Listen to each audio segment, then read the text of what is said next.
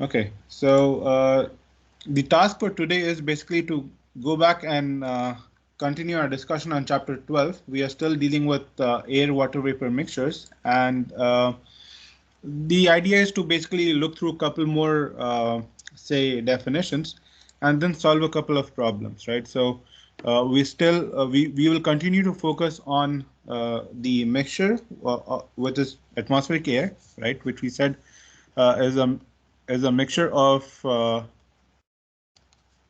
dry air plus water vapor, right?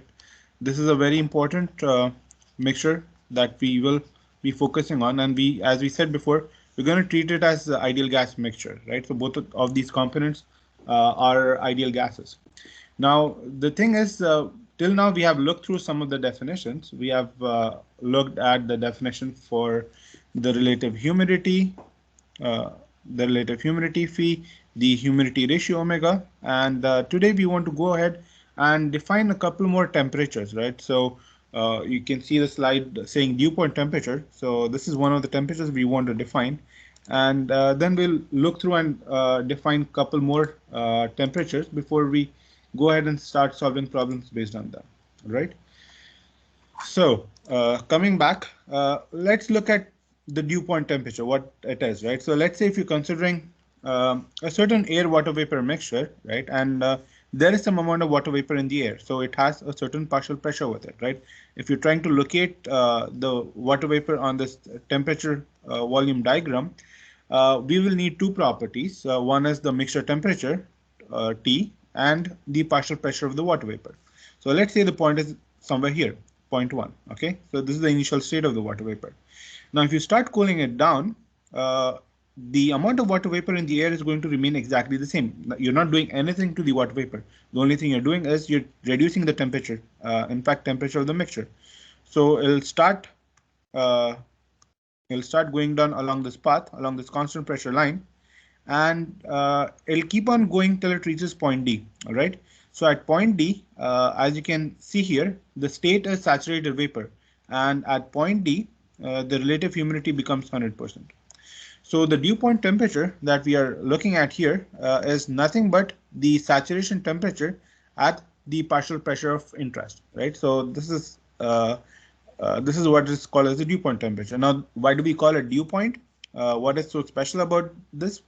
Well, the thing is, if you want to, yeah, if the air has to get to a temperature which is lower than the dew point temperature, let's say the air has to reach a temperature somewhere here, right? So somewhere this point 3, right?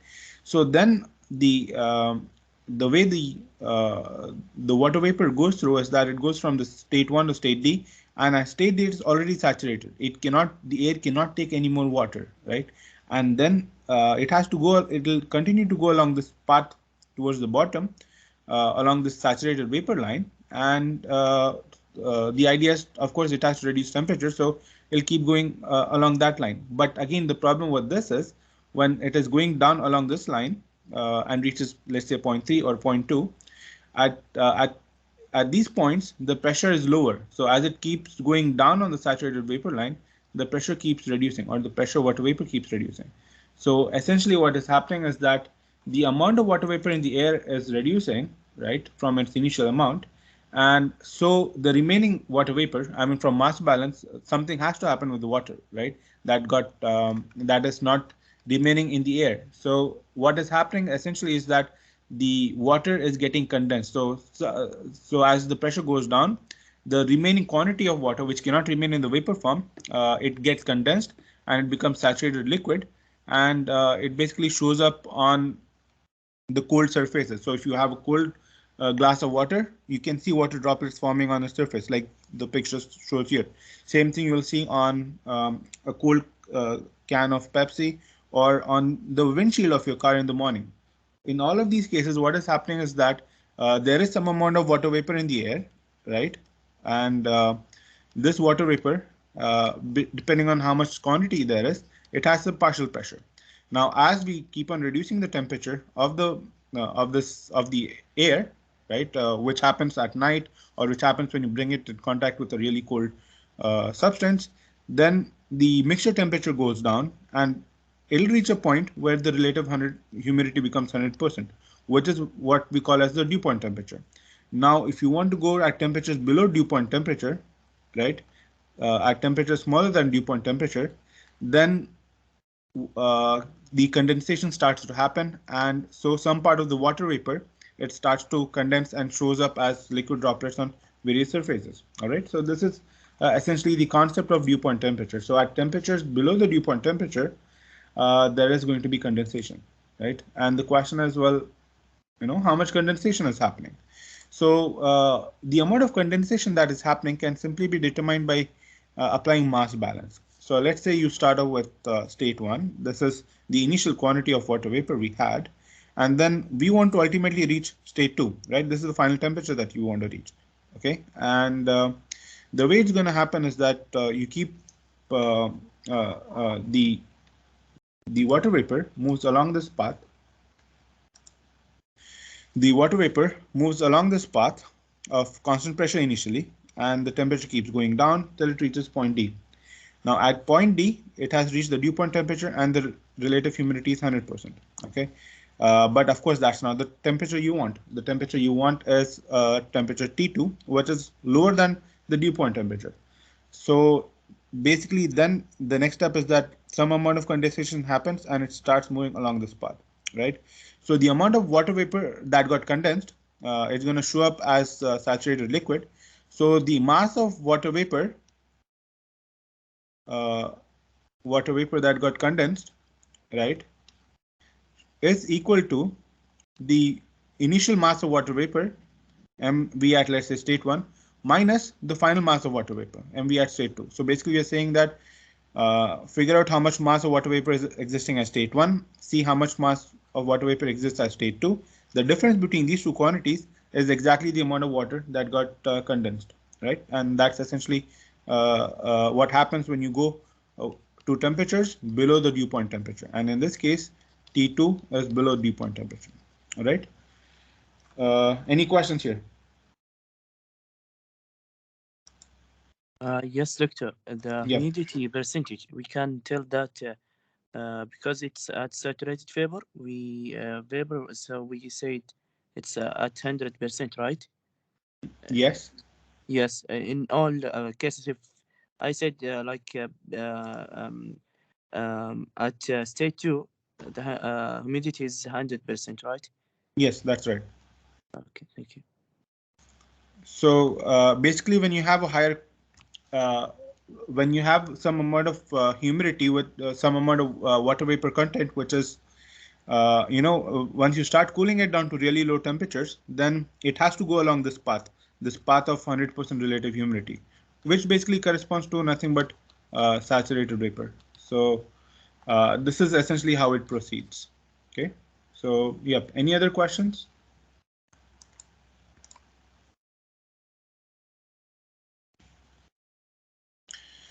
All right.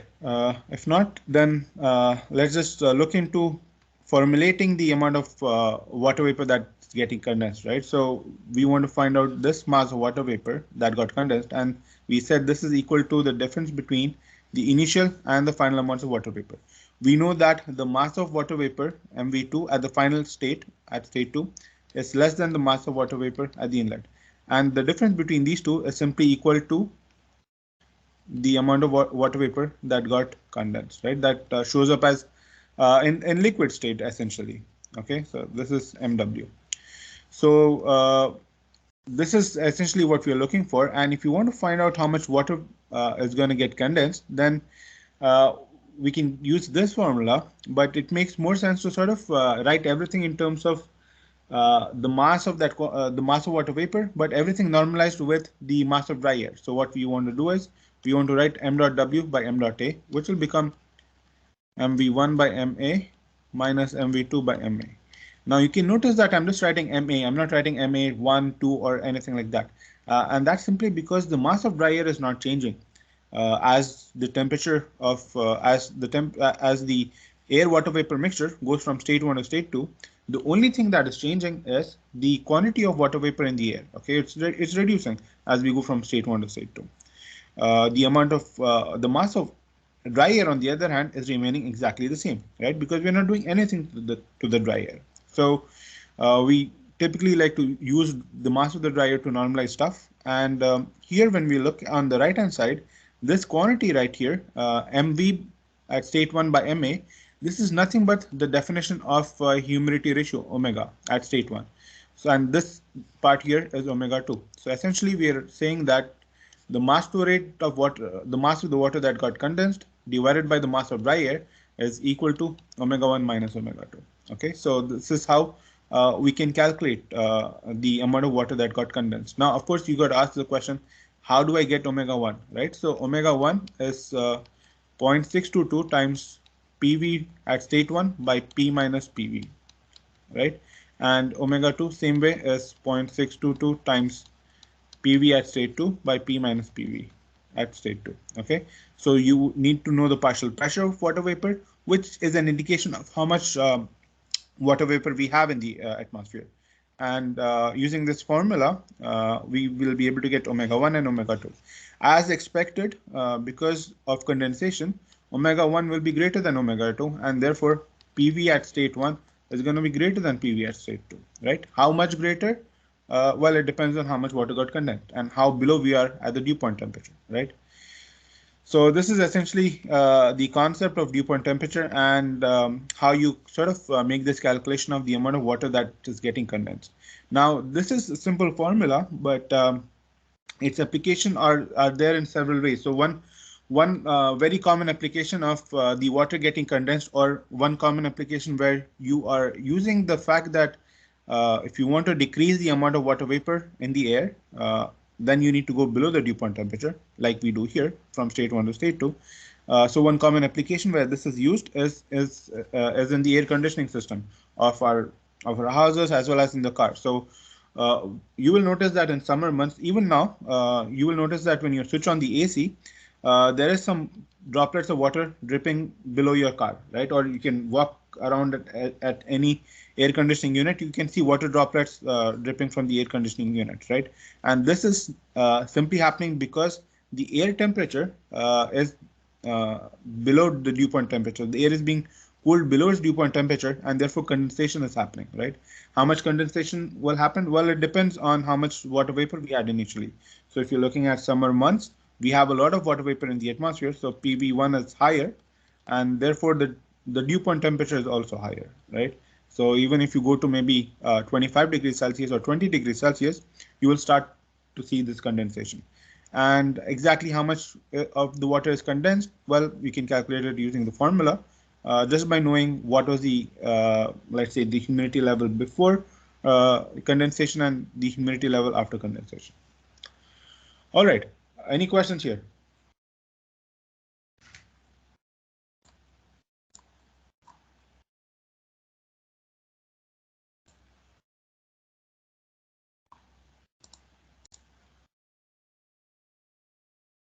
Okay. Then let's move forward. Let's talk about this adiabatic saturation temperature. So we have been using the properties such as relative humidity and humidity ratio quite a lot, right? And we need to have a way in which we can figure out what the humidity ratio and relative humidity is for air, for moist air at a certain given condition. So, for example, we are all sitting in certain rooms and there is atmospheric air around us, which is a mixture of water vapor plus dry air.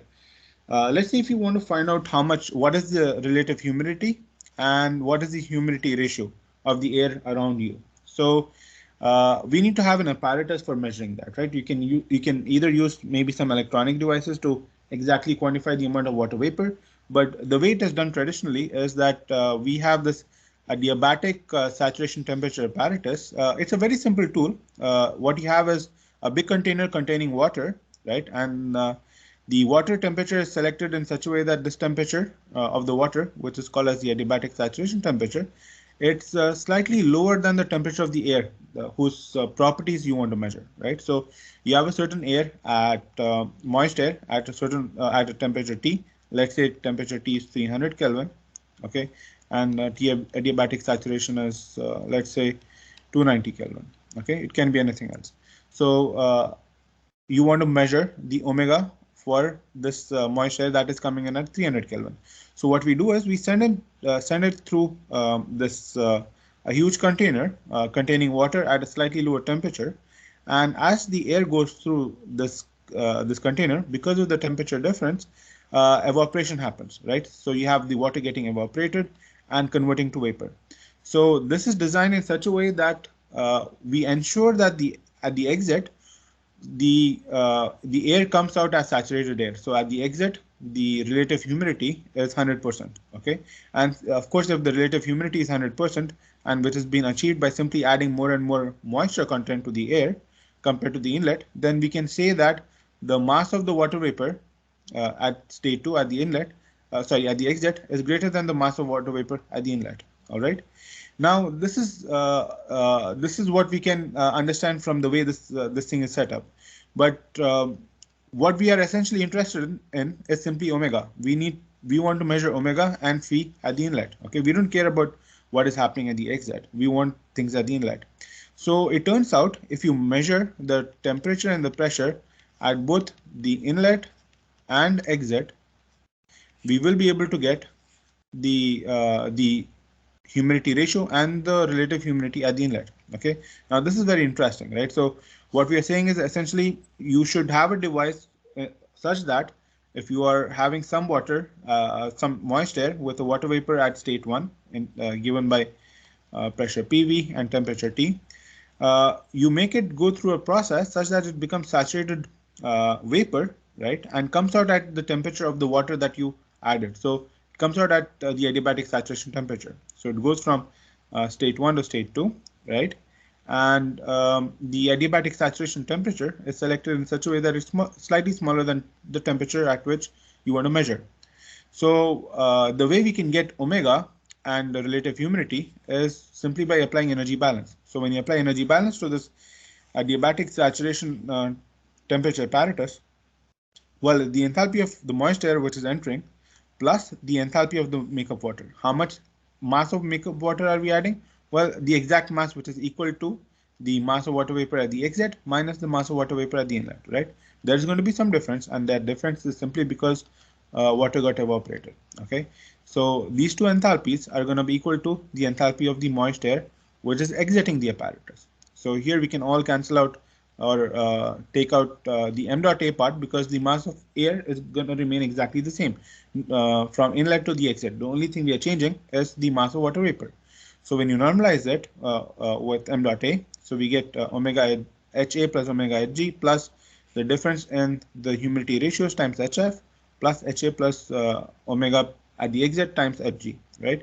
So by rearranging this equation, we can write omega, which is the humidity ratio at the inlet, which is exactly what we want to measure, in terms of couple of enthalpies, which are functions of only two temperatures. One is the temperature at which you want to measure, so the temperature of the moisture, which you have already measured, and the other temperature is the adiabatic saturation temperature, or the temperature at the exit. Okay, so if you know the temperature at the inlet, if you know temperature at the exit, we will be able to calculate the humidity ratio by making use of this formula.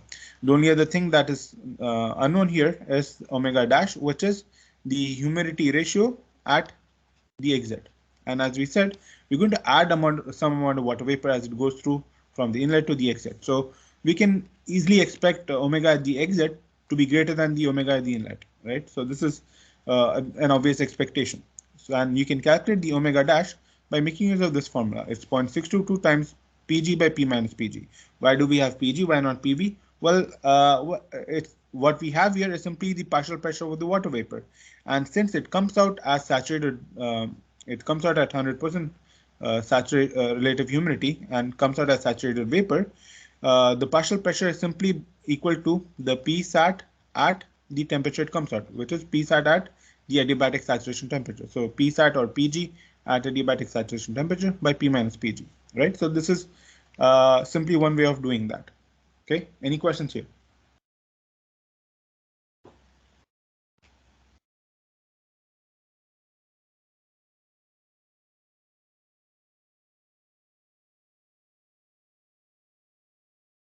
Okay, is everything clear? Yes, clear. All right. Yes, doctor. Okay, perfect.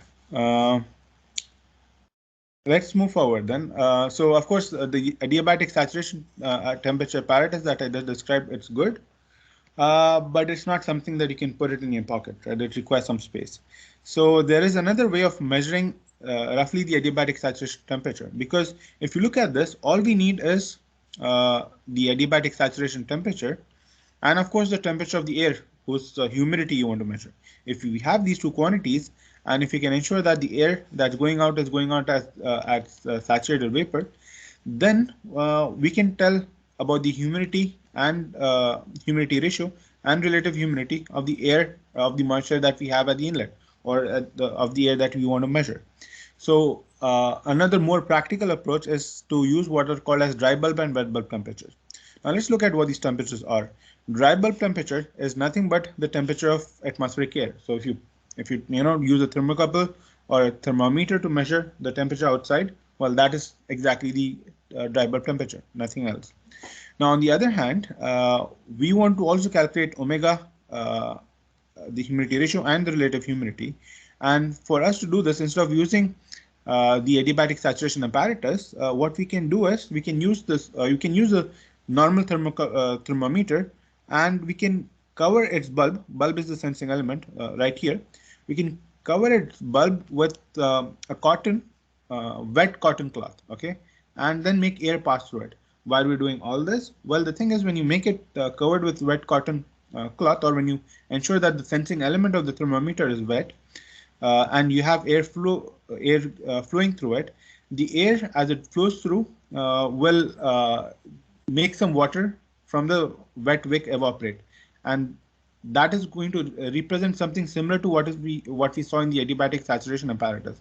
So essentially, when the air passes through, the temperature of the water or the temperature of the wet cotton wick is going to go down, right? It's going to go below the dry bulb temperature, and eventually it settles down to a temperature which is what we call as the wet bulb temperature, TWB. All right.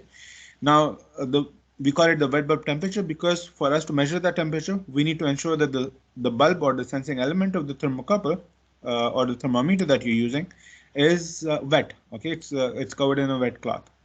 Now it turns out the for atmospheric pressures, the wet bulb temperature is approximately equal to the adiabatic saturation temperature. All right, so we said we just needed two things. We need the temperature of the air mixture, which is the dry bulb temperature, and we needed the adiabatic saturation temperature, which it turns out is almost equal to the wet bulb temperature.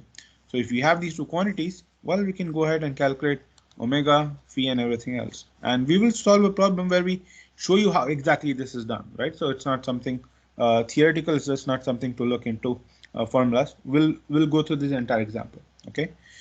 So these are two more definitions. Dry bulb temperature is the temperature that, as I said, is the ordinary temperature of air. Okay. So now let's look at an example, and then we'll try to make sense of these numbers a bit more. So here we have this problem. Here it says the dry and the wet bulb temperatures of atmospheric air at 1 bar. So the pressure of atmospheric air is given, and the pressure is basically the partial pressure of dry air plus partial pressure of water vapor. Now the sum of these two pressures is 1 bar. That is what the question mentions. And it says the dry bulb and the wet bulb temperatures are measured using a sling psychrometer. So you can use, there are several devices for measuring these temperatures, right? The wet bulb and the dry bulb temperatures. And we're using a sling psychrometer for measuring them. You can Google up and see how this looks. It's a pretty small, handy device, portable device. And it gives us the dry bulb temperature as 25 degrees Celsius and the wet bulb temperature as 15 degrees Celsius. Okay. Now using this information, we need to calculate humidity ratio, which is nothing but omega, and relative humidity, which is phi. Okay.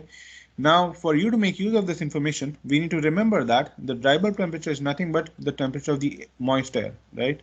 The ordinary temperature of moist air. And this is something that we will need in the calculation of omega.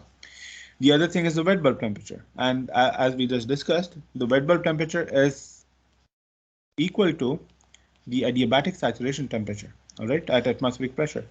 So we have the adiabatic saturation temperature as well. We have the temperature of the moist air, and using these two temperatures, we will be able to calculate omega. So let's make use of the formula. So this is the formula that allows us to calculate omega. This is there in the formula sheet, but you should know what each of these terms are so that you can calculate that. Okay. So we need a couple of enthalpies in here, and the only other unknown apart from the enthalpies which you can get from the tables is this omega prime. Omega prime is basically the omega at the xz, right? And we said omega at the xz is going to be saturated vapor, and we make it saturated vapor by adding up more and more, let's say, water vapor as it passes through this the liquid containing container, right? Or as it passes through this wet wick. So basically, the omega at the exit should be greater than the omega at the inlet, right? We will calculate both of these. So omega, simply omega is omega at the inlet, and omega prime is omega at the exit. Okay. So for us to calculate this, we need to first calculate omega at the exit. And omega at the exit is simply given by this formula, where the pressure or the partial pressure of water vapor is equal to P sat at the adiabatic saturation temperature.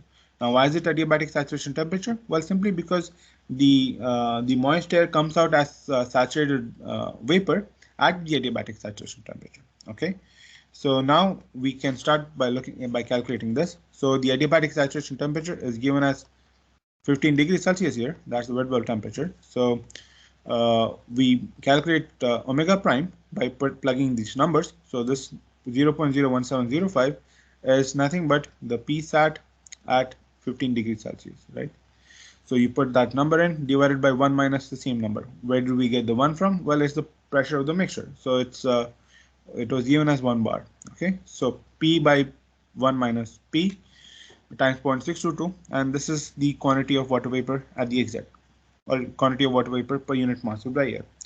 Now we want to do the same thing for omega, right? We want actually omega. We are not so interested in omega prime. The only reason we got omega prime is because we need that for calculating omega. So here let's look at what are the different terms. This one is corresponding to an enthalpy of dry air, okay? Dry air at adiabatic saturation temperature, or the wet bulb temperature. This one corresponds to the enthalpy of dry air at the dry bulb temperature, or simply the temperature, plus omega prime times the Hg. Hg corresponds to the enthalpy of saturated vapor, right? Water behaving like a saturated vapor at adiabatic saturation temperature, or the wet bulb temperature, minus enthalpy of saturated liquid at the adiabatic saturation temperature. Why do we have HF here? Well, uh, as we sort of recall, if you go back here, in this, the water is entering as compressed liquid, or you could say saturated liquid. And we know that for compressed liquid, the enthalpy is simply equal to HF at the temperature of interest, right? So that's why we have, when we're looking at this quantity right here, it is HF at the adiabatic saturation temperature, which is the temperature of the water that you're sending in, okay? Now coming back to this, the other two terms are simply Hg. Hg is enthalpy of saturated vapor at the temperature it enters, so the dry bulb temperature, minus HF again at the adiabatic saturation temperature, or the wet bulb temperature. Okay, so now it's very easy to get all of these enthalpies from the property table, right? Once you know which temperature you're looking for, and once you do that, I mean, you can put all these numbers here. Here instead of I mean, there are two ways you could, here you have delta H for essentially air. You could get it from the ideal gas tables, or you could just use Cp delta T, right? So both are perfectly fine as long as we're dealing with psychrometrics. So here I'm using Cp delta T plus omega prime times enthalpy of vapor at saturated adiabatic saturation temperature, minus the enthalpy of saturated liquid at adiabatic saturation temperature. Okay, so these both are at 15 degrees Celsius. Then this quantity right here at the bottom is at 25 degrees Celsius, right, the dry bulb temperature, and this one again is at 15 degrees Celsius, the wet bulb temperature. So this is the omega when you plug in the numbers, and it comes out to be 0.00665. And as expected, omega is smaller than omega prime. In fact, much smaller than omega prime. Okay, so that's basically the humidity ratio done. Any questions there?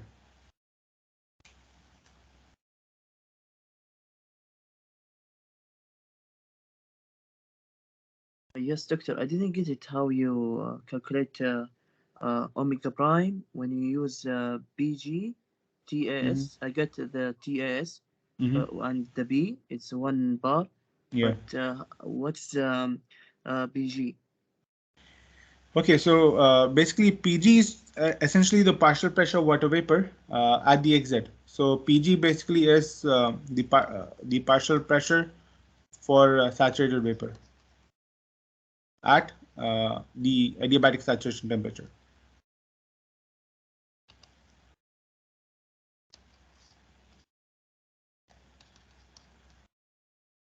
Is that clear? And this equation is, Yeah, by the way, in the formula sheet. Yeah. it's Okay. pressure over a pressure, right? Yeah, yeah. So this, let me just write omega prime here. So omega prime is simply 0.622 times pressure, let's say pressure at state 2 by P minus PV at state 2. This PV at state 2 or at the exit is equal to the P sat at adiabatic saturation temperature or P sat at the wet bulb temperature, right? So PSAT or PG is essentially the same thing. It corresponds to the saturation pressure at the adiabatic saturation temperature. We write it PG because it comes from this HGHF thing, right? We want to refer to the pressure of the saturated vapor. But I mean, we know that saturated vapor, saturated liquid, both of them are exactly at the same pressure within the dome. So yep, that's essentially what it is. It's equal to the saturation pressure at the temperature that we're looking at. Okay, thank you. All right, so that's the first part done. That's omega done. Now we also need to get the relative humidity. Now we know the formula for relative humidity. It's PV by PG, right? And this PV is the partial pressure water vapor at the inlet, right? And PG is the PSAT at the temperature of interest, right? Which is in this case the dry bulb temperature of 25 degrees Celsius. Now we need to figure out a way of getting PV. Now it turns out we have omega, and omega by definition is 0.622 times PV by P minus PV. Okay, so we have omega at state 1, which is simply written as omega. So using this, we can calculate PV1, and then we can substitute this PV1 back into this equation for relative humidity. All right, and there's again there's a formula for that, and this is the formula that allows us to do so. So this relative humidity is written in terms of omega times Psat at the temperature of interest. Remember, this one is uh, Psat at 25 degrees Celsius. Okay, whereas here we were looking at Psat at the adiabatic saturation temperature of 15 degrees Celsius. Why are we looking at different temperatures? Well, we are talking about two different states. Here we were looking at omega at the exit. Okay, at the exit, we expect the air to be saturated vapor, and it comes out to be at the adiabatic saturation temperature. Whereas this one is the omega. This is the phi that we want to measure at the inlet, or the phi of moisture per se, right? And therefore, it needs to be measured at the temperature of the moisture, which is 25 degrees Celsius. Okay, so omega is something that we already calculated in here, and it's just a matter of plugging in those numbers here. And when you do so, it comes up to be 33.38%. All right, so using simply the dry bulb temperature, which is the temperature that we see everywhere, and the wet bulb temperature, which you can measure by putting a wet cotton cloth on top of the thermocouple. By only measuring these two temperatures, we will be able to say a lot about the amount of moisture content within the air around us, right? Omega and phi. So this is one way of doing that. There are also some electronic devices or electronic sensors which allow us to measure the quantity of water vapor and thereby use it to come up with these numbers. Okay, any question here?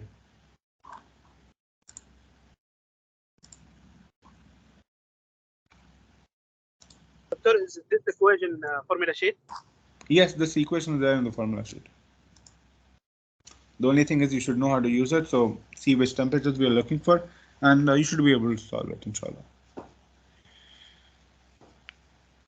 All right, so then let's move forward. So we have been talking about a lot of these temperatures. So I just wanted to give you an idea about what sort of temperatures do we have around us. So this is the weather forecast for today. Now it's probably around 29 degrees Celsius. So 29 degrees Celsius is basically the dry bulb temperature. Okay, this is the temperature, the normal temperature of the air around us. Now in the morning when I picked up these numbers, the humidity was given as 65%. So this 65% is nothing but the relative humidity, right? And it was, I mean, the temperature was sort of low. So for the same amount of moisture level, the humidity you could say was slightly on the higher side. I also looked up the dew point temperature. Now again, this is at a different time. This was late night yesterday, maybe around 1 a.m.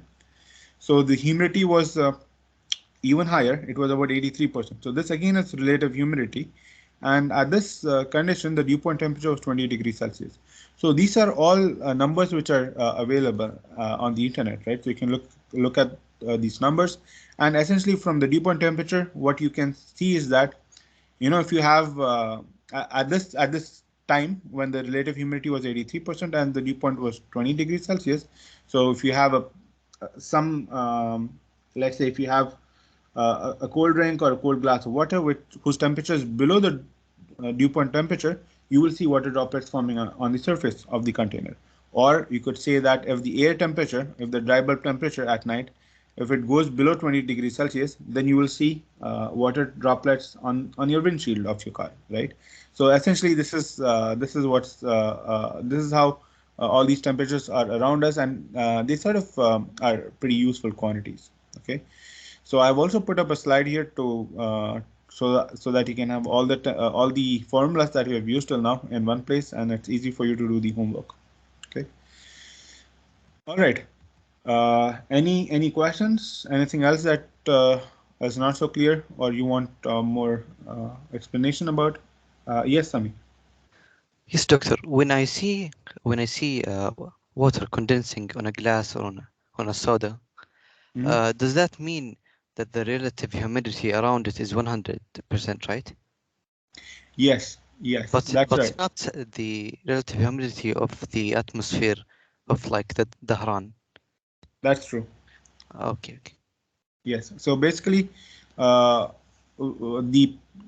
part of the water vapor that gets condensed is the water vapor or the air that is the moisture that is just surrounding the let's say the glass of cold water, right? If you measure right there, then yes, some of it gets condensed, and then the part that is getting condensed and the air around it is going to be at the saturated vapor state. But if I measure somewhere else a little bit away, then it's going to give whatever the relative humidity is, 83% or whatever it is. So yes, that's a very good point. Again, doctor, Abbas, can you yes, explain it? Yeah, the same question, doctor. Can you explain it again? sure. Let's go back to this and see.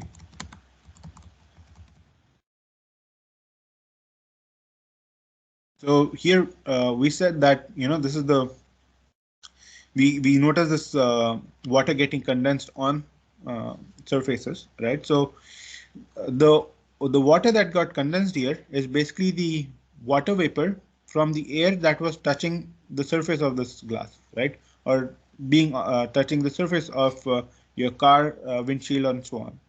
So it is exactly that specific air which is very close and which is touching the glass surface that undergoes this process of, you know, initially going from its initial temperature to the dew point temperature and then going below the dew point temperature. If let's say the dew point temperature for, you know, for the amount of water vapor that you have in the in your room, let's say if the dew point temperature is 20 degrees Celsius, we know that the cold water temperature or the temperature of the glass is it's going to be lower than that, right? It's probably maybe 10 or 15 degrees Celsius. So since it's lower than 20 degrees Celsius, the air that is nearby undergoes condensation, and it goes through this process, whereas you can see water droplets, and you can the air nearby, the part of the air which sort of got condensed, it's going to be saturated vapor with 100% relative humidity. But this is only the air that is touching touching the cold surface, or very close to the cold surface. If I'm looking at some point farther away, maybe even here, right, which is, you know, this air is not even touching the cold surface. For this air, it is not at relative humidity of 100%. It is relative humidity whatever is there in the general air, maybe 60%, maybe 70%. But only the air here, right on the surface, is going to have 100% relative humidity because it goes through this path, right? Initially reduction in temperature till the dew point, and then below the dew point, with some part condensing, the remaining continuing to stay as vapor, but as saturated vapor. Okay. Okay, because it's touching the system, it's we say 100%, but because it's far away, as the previous example, Mhm. 83%, right? Yeah, so what we normally measure is the air conditions a little bit far away from any given surface. So even if you look at the temperature, right, the temperature of the air which is touching the glass, it goes down, right? It is smaller than the temperature of the air anywhere else. So it's simply because of reduction in temperature when it touches this glass. So which is causing this condensation to happen. On the other hand, I mean, you can also have dew. Typically, dew is observed later in the night. So at night, sometimes the temperature goes below the dew point temperature, right? So for the amount of water vapor that we have in the air, let's say again, the dew point temperature, sometimes in on humid days, the dew point temperature could be as high as 25. But during the evening, the dry bulb temperature can become maybe 20 degrees Celsius. So at this point, the all the water vapor in the air or some part of it, it starts to condense, right? And this shows up on any surface you can see. So it shows up on leaves. I mean, when we walk out, so our glasses get fogged up, right? That's again is because this exact phenomenon is happening. Some amount of water vapor that got in touch is getting condensed. So this is a very common phenomena, and something that we sort of notice around us. All right, so we have a couple more minutes. I'll just introduce you to the concept of the psychrometric chart. I'll provide more details on the psychrometric chart on the recorded lecture that I'll post on Thursday. Okay. Remember, the psychrometric chart is really important. So when we have the pop quiz on Sunday, there will be one question on how to use the psychrometric chart, right? So make sure you understand. Is my voice clear now? Yes, it is clear. Okay. It's clear. It is clear. All right, so I will mention about the pop quiz again a little bit later, but make sure you look through the psychrometric chart carefully. So psychrometric chart is nothing but sort of a chart indicating the properties of air water vapor mixture, or giving us moisture properties. And this is done in this is drawn for an atmospheric pressure of 1, right? And this is drawn in such a way that it becomes very easy for us to understand what processes are happening when you're dealing with air conditioning applications, right? So if it's cooling, humidification, heating, all of these can be easily shown on the psychrometric chart. So here on the psychrometric chart, the y-axis is the humidity ratio omega, okay? The x-axis is the dry bulb temperature. And then we have a lot of these other axes showing the different parameters. So you can see all of this one. This line corresponds to a relative humidity of 10%. This line 50%, and this one line is saturated line. So this is 400%. Same way, these parallel lines that we see here, these correspond to different enthalpies, and then you have similar parallel lines giving the wet bulb temperature. We're going to go through each one of these in detail to see how you can identify. Okay, so let's say we have a certain point, we fixed a certain state here by knowing two independent intensive properties, right? So if you want to measure its dry bulb temperature, then you just draw a vertical line straight downwards, and this one gives you the dry bulb temperature. Same way, if you want to measure its, let's say, humidity ratio, then you just draw a horizontal line straight that meets this y-axis, and that point exactly is going to give you the humidity ratio. Okay. Now, the excellent point about this psychrometric chart is that, let's say you were given the dry bulb temperature and the wet bulb temperature. Okay, and through this you are able to locate the point. So you have the dry bulb temperature right here. So you use this as one axis, and the wet bulb temperature is on this axis of 100% saturated line. So there are different, lines parallel to this constant enthalpy line, which stand for different wet bulb temperatures. So using these two, let's say I'm able to fix the state. Once I have the state, then using the psychrometric chart, I will be able to find all other properties such as omega, relative humidity, and everything else. We don't have to go through the calculation that we just described, right? It is not to say that you should not know how to do the calculation, because sometimes in the exam we say, we give you a situation where you need to calculate omega and phi, and you are not allowed to use the chart, okay? Because we want to test on the theory part. And there will be another question or similar question where we ask you to specifically use the chart. So you should not use the chart everywhere. Just use the chart where the question asks you to do it, right? So anyway, so this is for the humidity ratio. Same way, you can go and look at other different temperatures. So for example, the dew point temperature. If you look at the definition of the dew point temperature, well, the dew point temperature is basically the state where the moisture that you have initially, uh, it becomes saturated. So you need to keep cooling it down. So keep cooling it down meaning you go to the left on the dry bulb temperature scale, while keeping omega same, right? The amount of water vapor should remain exactly the same. So you keep going towards the left, and the point where you reach 100% saturation, well, that is a point that corresponds to the dew point temperature. So I just draw a horizontal line to the left, and then draw a vertical line bottom to get the dew point temperature. So again, just to look at it from a different perspective, you have the temperature volume specific volume diagram. We said if you're looking on a constant pressure line, which corresponds to constant PV corresponds to constant omega, you start cooling it down from state 1, and you keep cooling it down till it reaches saturated vapor state, which is let's say state 2, phi is 100%, right? So the temperature at state 2 is the dew point temperature, and that's exactly how we achieve the dew point temperature from the psychrometric chart. So you cool it down while keeping omega same. When you reach 100% saturated state, then go down. That's exactly how you get the dew point temperature from the chart.